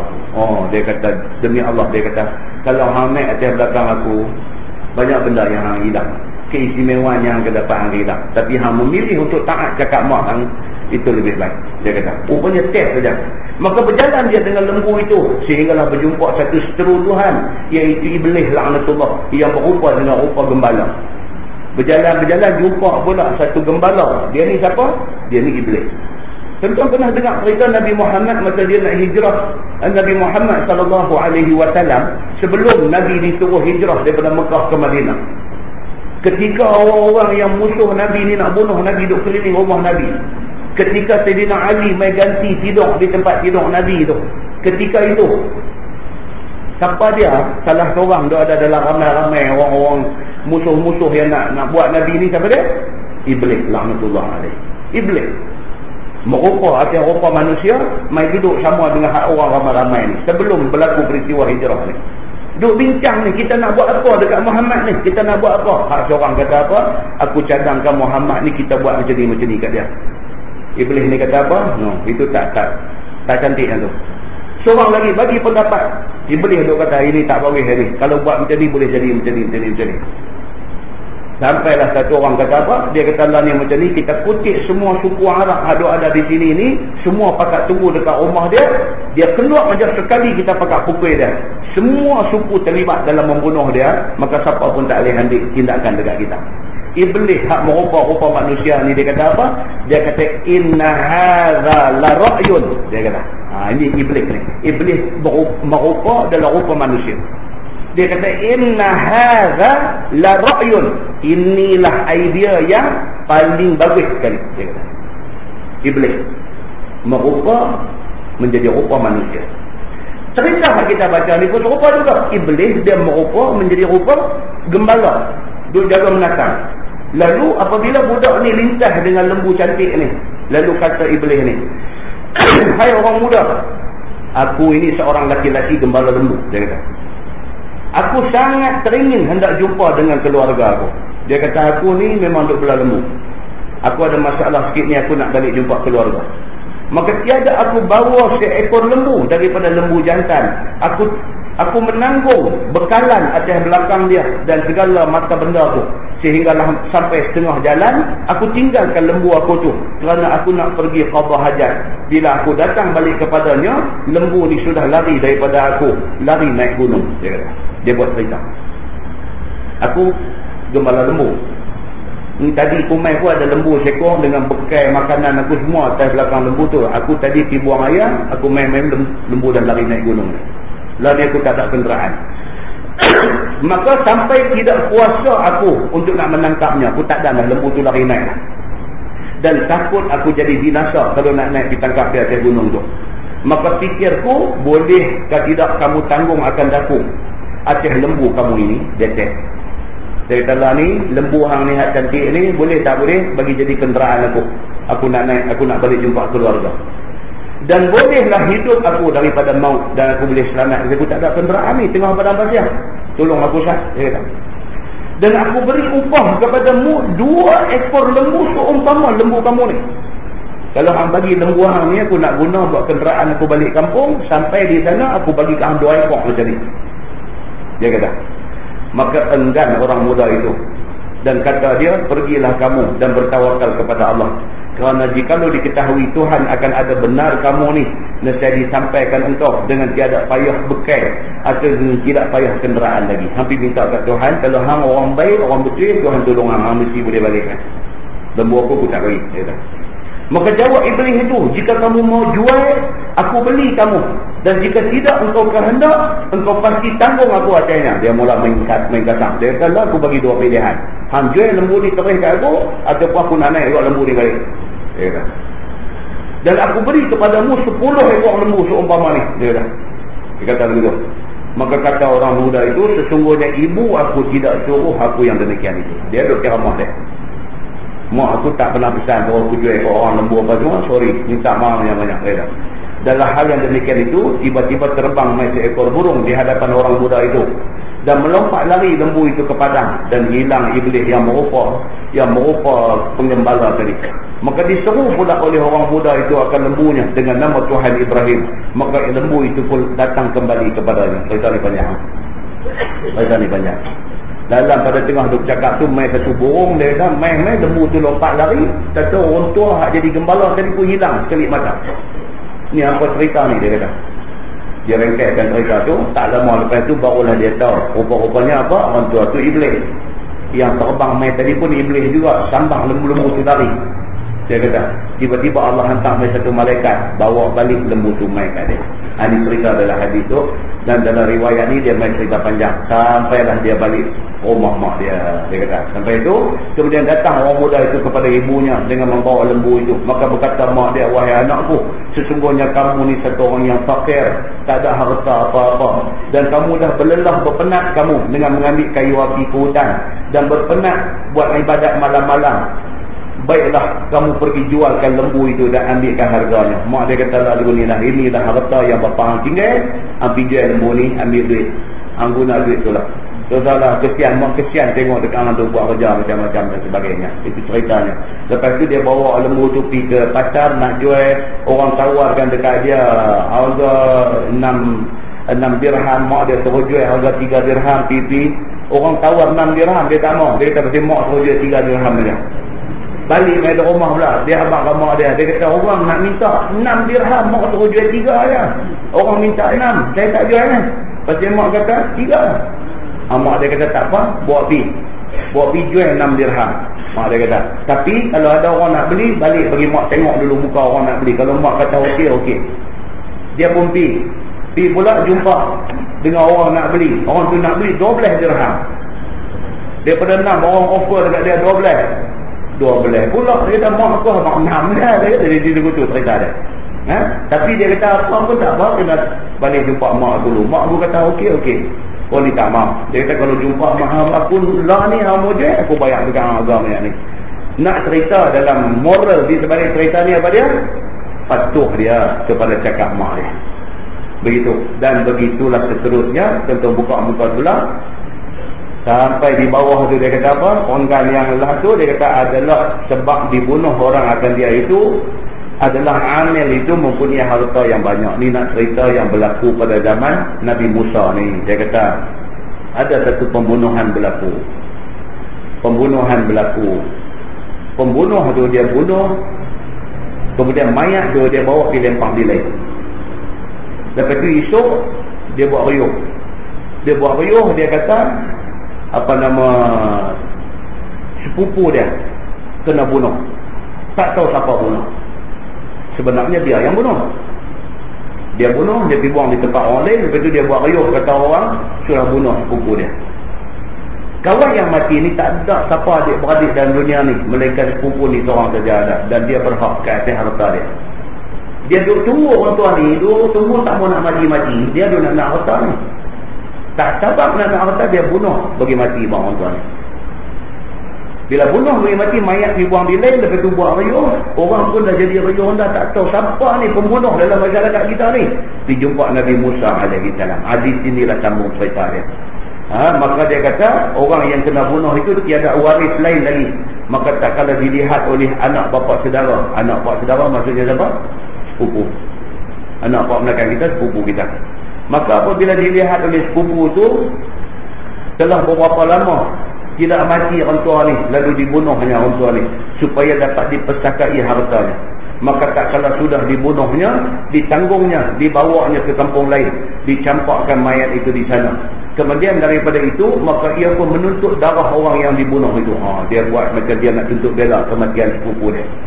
dan mencarilah orang yang membunuh itu. Maka sudahlah kesamaran kepada semua orang siapa yang membunuh orang ini. Lalu datang mereka itu kepada Musa alaihissalam dan minta supaya Musa berdoa kepada Allah, minta diterangkan siapakah pembunuh orang ini. Maka disuruh Tuhan akan mereka itu sembelih seekor lembu. Tu dia rumah dia punya cerita. Suruh Bani Israel ni sembelih seekor lembu. Maka berkata Nabi Musa bahawasanya Allah suruh sekalian kamu sembelih seekor lembu. Kata Bani Israel, adakah engkau wahai Musa nak buat main-main dengan kami? Bila Nabi Musa habang, kata Tuhan suruh hampa sembelih lembu. Dia kata, Musa jangan main-main. Ini kami suruh hang selesaikan kes pembunuhan.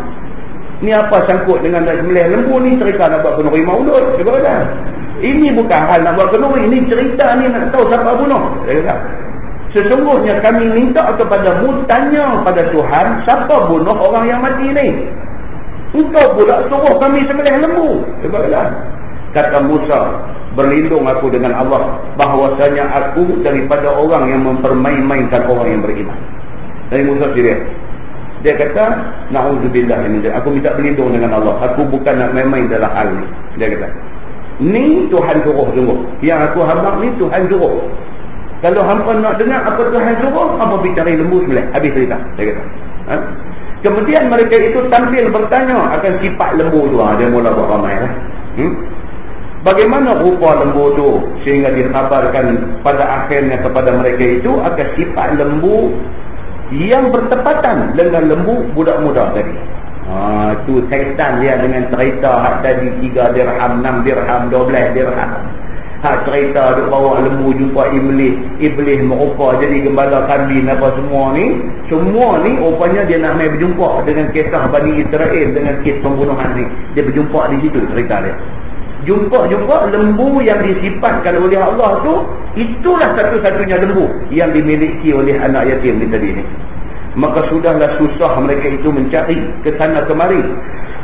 Tidak didapati mereka itu, melainkan ada seekor sahaja lembu pada budak muda ni tadi. Maka dibeli mereka itu, harganya sepenuh kulit lembu itu emas. Sembelih lembu, hampak belulang dia, kulit dia tu, lungguk mai atas tu, lagi tak penuh, lagi bubuh, penuh, itulah harga lembu. Jadi kaya budak yang taat kepada Allah, yang berbakti kepada mak bapak ni, jadi kaya dia akhirnya. Lalu disembelih mereka itu akan dia, dan dipukul oleh mereka itu akan yang kena bunuh itu dengan setengah benda pada lembu itu. Dalam tafsir Quran, dia kata dua. Satu pendapat mengatakan lidah lembu tu ambil pukul ke badan mayat yang kena bunuh ni. Satu lagi kata ambil ekor dia pukul. Umumnya dia kata apa? Ambil mana-mana bahagian lembu tu pukul. Dia kata lembu tu semacam disuruh Tuhan buat benda tu, pukul, cepuih dia kata bangun orang yang kena bunuh tu. Cepuih tak ada lah ni, nanti saya tambah. Tak ada. Dia kata maka bangun orang yang kena bunuh itu. Ni yang kena bunuh dah mati dah jadi ni. Yang ni lah yang Piramli ambil buat tidak 40 penyamun ni. Dah mati, dah kena tikam dengan apa? Murdina apa? Mardina lah apa? Pam dia dah kena tikam, mati dah. Penyamun ni dah mati. Bangkit balik. Dia dah mati dalam iman. Dia dah mati balik. Rupa-rupanya Piramli dan mengaji tafsir ni. Dia dah mengaji tafsir ni, cerita kata mati bangkit hidup balik, dia cakap sikit mati balik ni. Rupanya ada dalam tafsir benda ni. Apa jadi? Pukul dia ni, bangkit dia ni. Bangkit, bangun orang yang kena bunuh itu, hidup dia dengan izin Allah Subhanahu wa taala. Dan orang lehernya memancarkan darah. Ni bekas kena sembelih ni, masa dia bangkit tu darah dia keluar. Dia bangkit duduk tu. Dan berkata ia telah membunuh akan daku oleh Tian. Dia bangkit dia tunjuk Syekh ni bunuh saya. Dia kata Allahu Akbar. Saya tak tahu bahawa ni satu sahabat kita ada ni rumah mengaji ni ada tak ada mana ni. Dia buat satu posting email kat saya di satu pendalaman, di satu kawasan pedalaman di Indonesia. Ada satu bomoh handal katanya. Orang mati dia boleh jampi bagi balik nak rumah. Pula dah dia dengan SS gambar ni, gambar orang mati ni balik nak rumah. Dia duduk dia tak tahu lah. Ni ada macam tu dia jawab boleh tahu. Ceritanya kunun di Indonesia. Mati jenis depa kawasan pedalaman ni kerja dalam hutan, dalam apa kan, pergi mati dalam hutan. Jadi ada gunung satu bomo ni boleh seru dia. Pasal nak cari ni, nak pergi cari kan tak tahu tang mana hutan belantara dia pergi mati tang mana apa, dah berapa hari, 3 hari dah tak balik kan. Kalau dalam undang-undang kita ni 24 jam report balik. Report bukan dia nak balik kalau dia mati kan. Jadi dia ni kononnya ada orang tu boleh panggil bangkit balik. Dah mati 2-3 hari dah bangkit berjalan balik dengan dia atas gambar bentuk dalam tu kan. Cerita yang tu bukan hadis Nabi kan. Jadi tu orang dekat kata hadis dah bukan hadis, cerita kononnya katanya ada macam tu kan. Wallahu a'lam kan. Baik, maka bangun orang yang kena bunuh ni hidup dia dengan izin Allah Subhanahu wa taala. Orang leher dia ada pancuk keluar darah dan berkata ia telah membunuh aku si anu dia tunjuk. Kemudian jatuh balik dia, lalu mati dia di tempat itu. Bangkit kerana nak clear masalah ni ya. Bangkit, poin finger dia ni bunuh aku. Selamat, jiwa balik, mati. Maka diharamkan orang yang membunuh itu daripada mendapat pesaka. Ini ceritanya. Kan dalam hadis dia kata la yarithul qatil, tidak akan mewarisi oleh orang-orang yang membunuh orang. Kalau dia bunuh orang itu kerana nak mempercepatkan dapat pesaka, otomatik dia tak dapat pesaka. Kalau kawan ni dia ada anak 5 orang, anak nombor 5 bunuh dia. Bila dia mati 4 ni yang dapat pesaka. Dia hak bunuh 4 dia tak dapat pesaka. La yarithul qatil, dalam hadis Nabi kata begitu. Baik, kemudian masalah dia kata berselisih fikir dan kehendak. Adalah berselisihan fikiran dan kehendak itu membawa kepada berpecah-pecah. Memang zahir nampak. Kalau berbeza pendapat itu perpecahan. Nampak macam tu. Kan? Kalau faham adab berbeza pendapat tak berpecah. Hak tu jadi berpecah ni pasal apa? Pasal tak faham adab berbeza pendapat. Macam masyarakat kita lah ni lah. Dia jadi masalah. Benda yang sepatutnya tidak jadi masalah. Tambah pula dimasuk campur oleh ustaz-ustaz pula. Kan? Dia duduk penterah cara dia duduk penterah cara dia.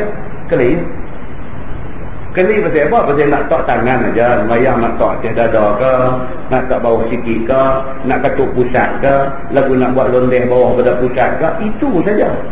Berkeli. Allah yang terjadi macam tu. Tentu pergi Mekah, pergi buat haji, pergi buat umrah, hak tak qiyam langsung pun. Mazhab Maliki tak qiyam. Mazhab Maliki, mazhab Imam Malik, dia tak qiyam. Allahu Akbar, dia lagu duduk relax, lagu duduk. Kalau kita duduk sebelah dia, lagu dia ni apa, semayang tak lagi ni dia ni. Semayang tak lagi, lagu duduk was-was lagi ke apa kan, dia duduk tangan duduk lurus lagu duduk. Kata tu Imam Allahu Akbar rukuk, dia rukuk. Oh, semayang dah banyak dia ni. Mazhab Maliki, dia berpendapat kata tak payah tangan duduk betul. Syiah tangan duduk. Syiah tengah masuk YouTube tengok apa macam mana ayatullah Iran sembahyang. Tangan duduk betul. Lagu macam relax, macam nak menyanyi dengar lagu aja Ustaz. Kan? Dia ada hadis dia. Dia ada hadis yang menjadi sandaran dia. Imam Malik tuan-tuan, dia tajuk akan datang ni. Tajuk akan datang tuan-tuan tengok Ustaz. Bab ma jaa fi alim al-Madinah. Bab yang datang pada menyatakan orang alim Madinah. Siapa dia? Kita akan malam ni tak ada nak berterakhir lagi tahu lah. Kan? InsyaAllah bulan depan kita tengok ni hadis yang Nabi sebut tinggal siap-siap dah ni. Nabi kata ada satu orang yang dia ni dipanggil alim al-Madinah. Dia orang alim Madinah. Madinah tuan-tuan, bandar Nabi. Orang panggil Madinatul Rasul. Madinah yang kita duk pergi tu orang panggil Madinatul Rasul, bandar Nabi, bandar Rasul. Nabi SAW sebelum wafat, Nabi tinggallah satu hadis dia. Nabi bagi tahu tentang akan ada satu orang yang dipanggil alim al-Madinah. Kita akan tengok ni siapa dia yang dimaksudkan sebagai alim Madinah ni. Di kalangan ulama-ulama hadis, mereka menganggap siapa yang Nabi bagi tahu ni. Kalaulah kata yang dimaksudkan dengan alim al-Madinah itu Imam Malik, dia punya pendapat lagu tangan lurus betul sembahyang. Beranikah tuan-tuan nak kata dia salah? Beranikah? Itu persoalannya. Beranikah tuan-tuan nak kata dia salah? Dia ada sandaran dia. Dia imam hadis. Dia dah cerita tak tahu berapa puluh kali dah cerita warak Imam Malik ni. Warak Imam Malik ni apa dia? Tak pernah naik kenderaan yang ada kuku di atas bumi Madinah. Anak-anak murid ni yang kagum dengan dia ni, yang hormat dia ni, yang tak tahu nak apa punya muliakan dia ni, bagi kat dia ni macam-macam. Unta yang paling cantik daripada hadiah kat dia, kuda yang paling cantik daripada hadiah kat dia, apa benda yang cantik yang mereka sayang mereka bagi kat dia, sebagai nak tunjuk dekat dia sayangnya mereka kepada Imam Malik ni rahimahullah ta'ala. Cukup dia dikebumikan di Baghdad bersama dengan sahabat-sahabat Nabi. Imam Malik tak ada jumpa Nabi, dia tabi'in. Imam Malik dia tabi'in, dia tak ada jumpa Nabi, dia generasi selepas sahabat.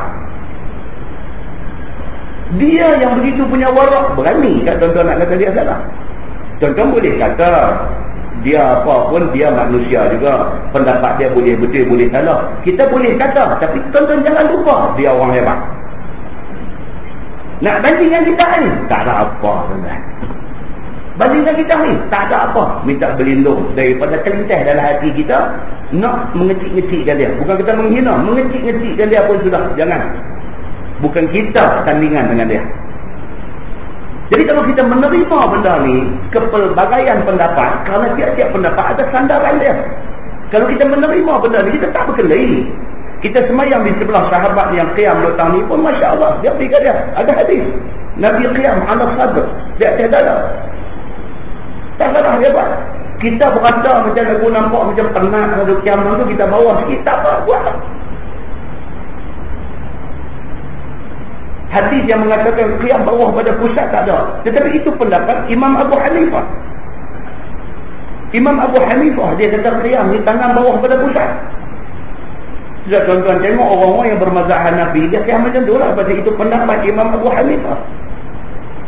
Di kita ni, ajak diri kita ni apa dia? Menghormati perbezaan pendapat. Hormat. Kita sembahyang di sebelah sahabat kita, tahiyat semua macam yang duk rolling macam tu. Dia ada hadis dia. Dia ada hadis dia. Dan hadis tu juga yang dipegang oleh Imam Syafi'i. Imam Syafi'i kata gerak jari itu, syaitan iblis takut ke jari gerak ni, lebih takut dia daripada kena rembat dengan cemeti besi. Cuma macam mana kaifiat gerak tu, itu yang dibincangkan.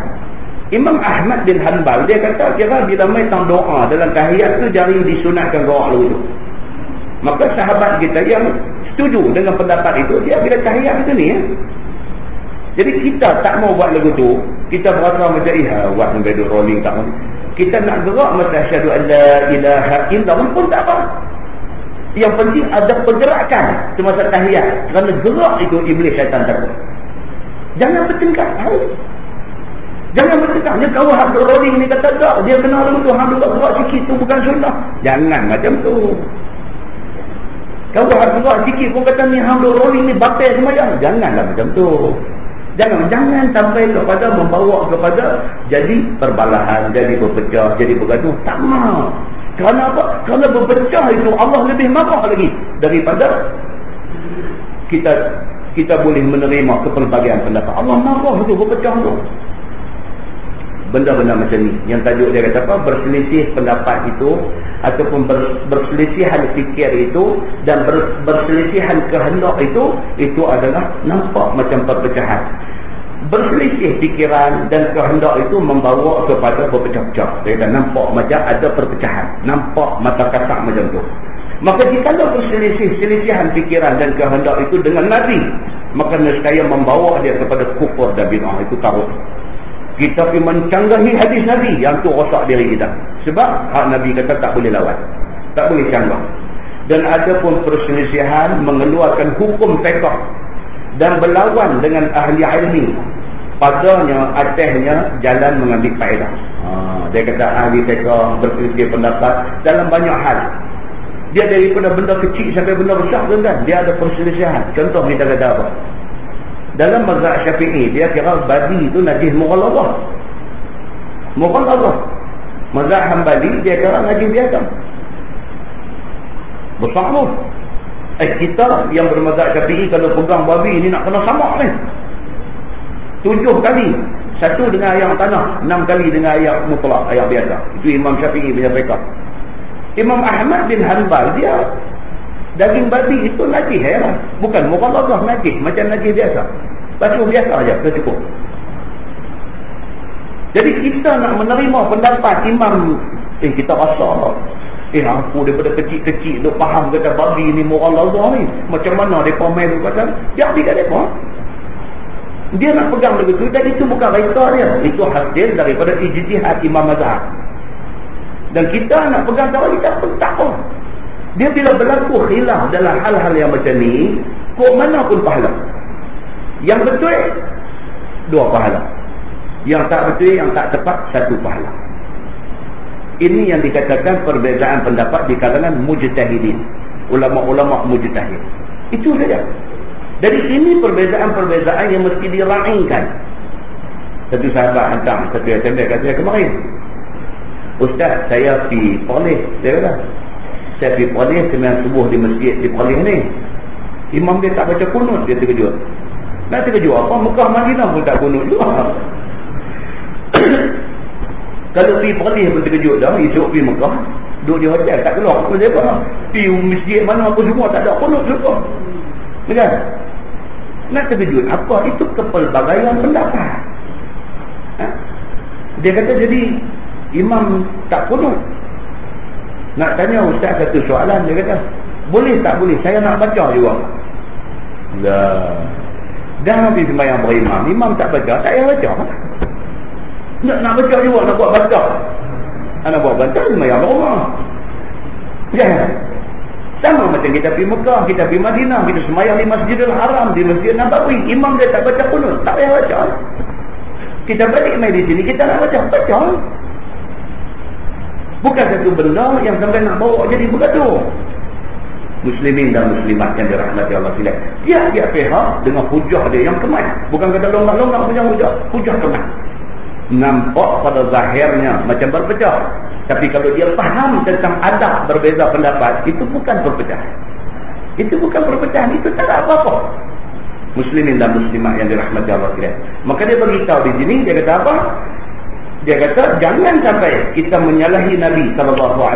Adapun perselisihan mengeluarkan hukum fiqh dan berlawan dengan ahlul ilmi padanya atas jalan mengambil faedah dan menzahirkan kebenaran, maka iaitu ketiadaan tertegah. Maksudnya tak salah, bahkan disuruh akan dia. Kalau berbeza pendapat ini tak salah, dia kata.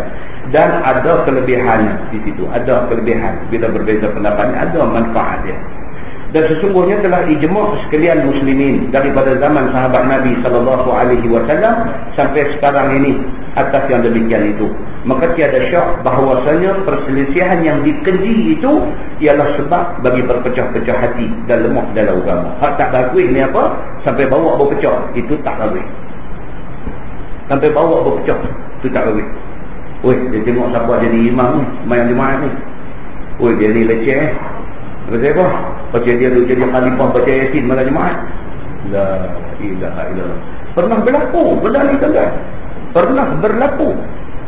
Dia tak mau pergi sembahyang Jumaat di situ pasal imam tu dia juga duduk pimpin baca Yasin malam Jumaat. Maka dia anggap imam ni ahli bid'ah. Maka dia tak mau ikut imam ahli bid'ah jadi imam. Oh, itu sudah tak boleh nak macam tu, tak boleh. Itu perpecahan yang keji, dia kata.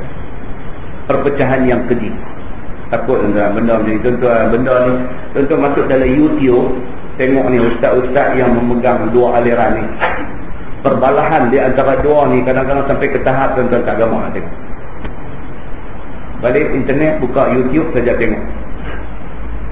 Pihak yang pegang aliran ni dengan pihak yang pegang aliran ni duk belaga ni, tak bagus lah, tak bagus sangat-sangat.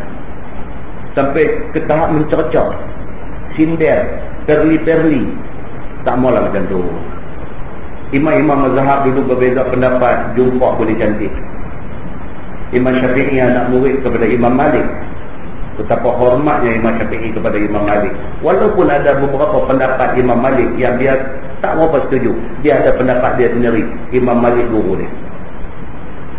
Bahkan kalau kita baca dalam cerita-cerita riwayat tentang kehidupan imam-imam besar ni, hormat Imam Syafi'i kepada Imam Malik ni, hormat dia kepada Imam Malik ni, sampai dia tidur malam kaki dia tak arah ke rumah Imam Malik. Hormat. Dia tidur tu, kalau rumah Imam Malik tu balik tu, dia tak akan tidur kaki tinggi situ. Dia rasa macam dia kurang adab dengan guru dia kalau dia buat. Padahal tak salah pun, tapi dia punya hormat guru ni macam tu.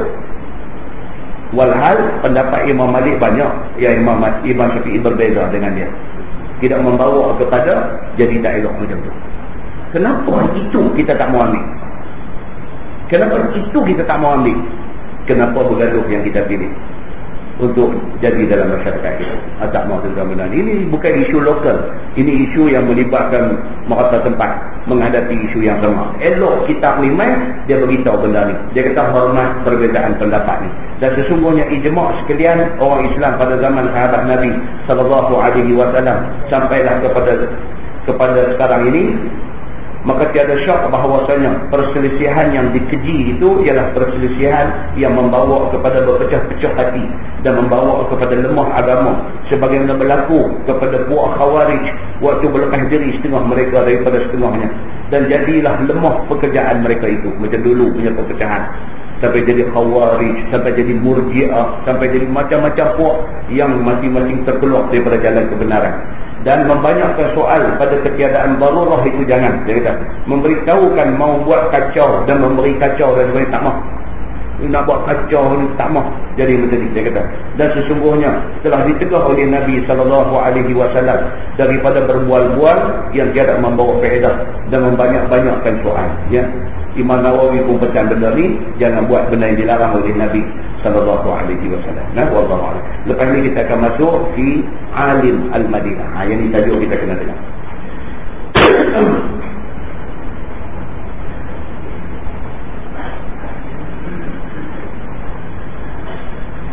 Tadi dia masuk di Alim Al-Madinah, dia akan cerita tentang Nabi SAW beritahu tentang wujudnya satu orang yang dipanggil sebagai alim di Madinah. Dan kemudian kita akan tengok pendapat ulama-ulama besar yang mereka mengagak siapakah orang yang dimaksudkan oleh Nabi SAW itu.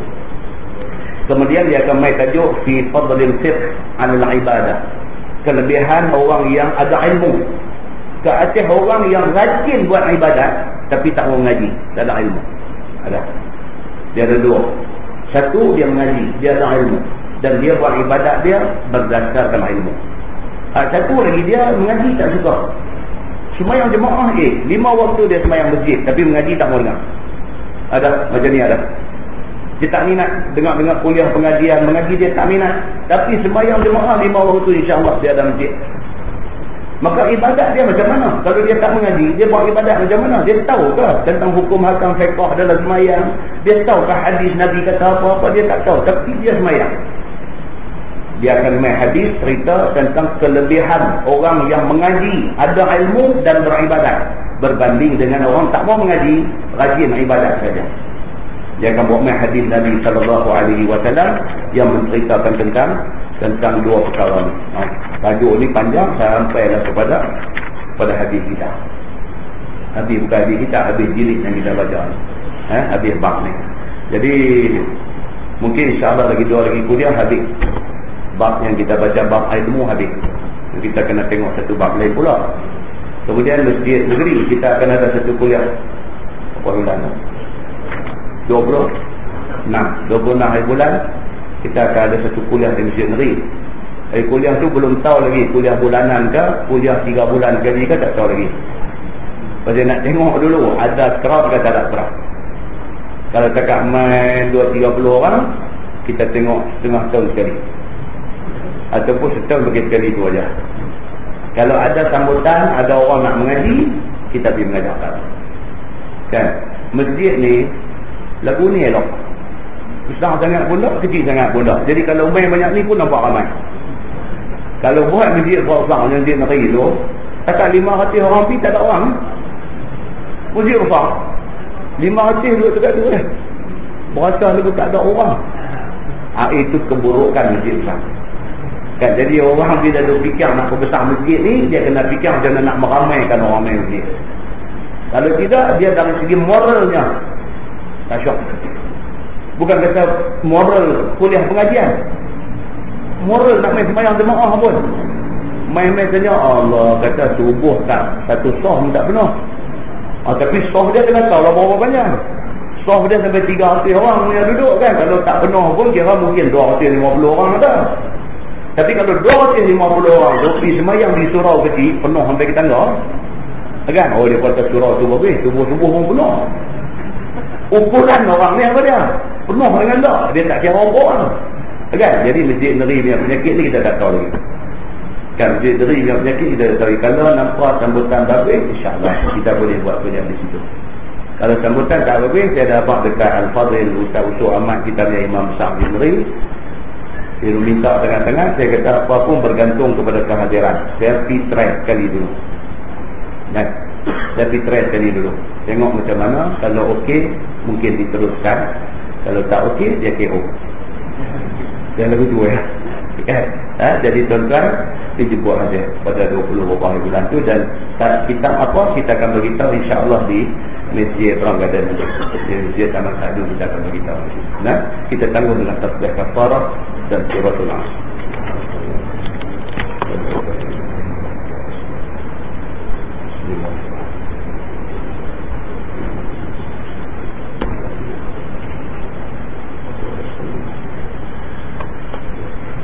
اللهم صل على محمد في الأولين والآخرين وسلم ورضي الله تبارك وتعالى عن ساداتنا أصحاب سيدنا رسول الله أجمعين.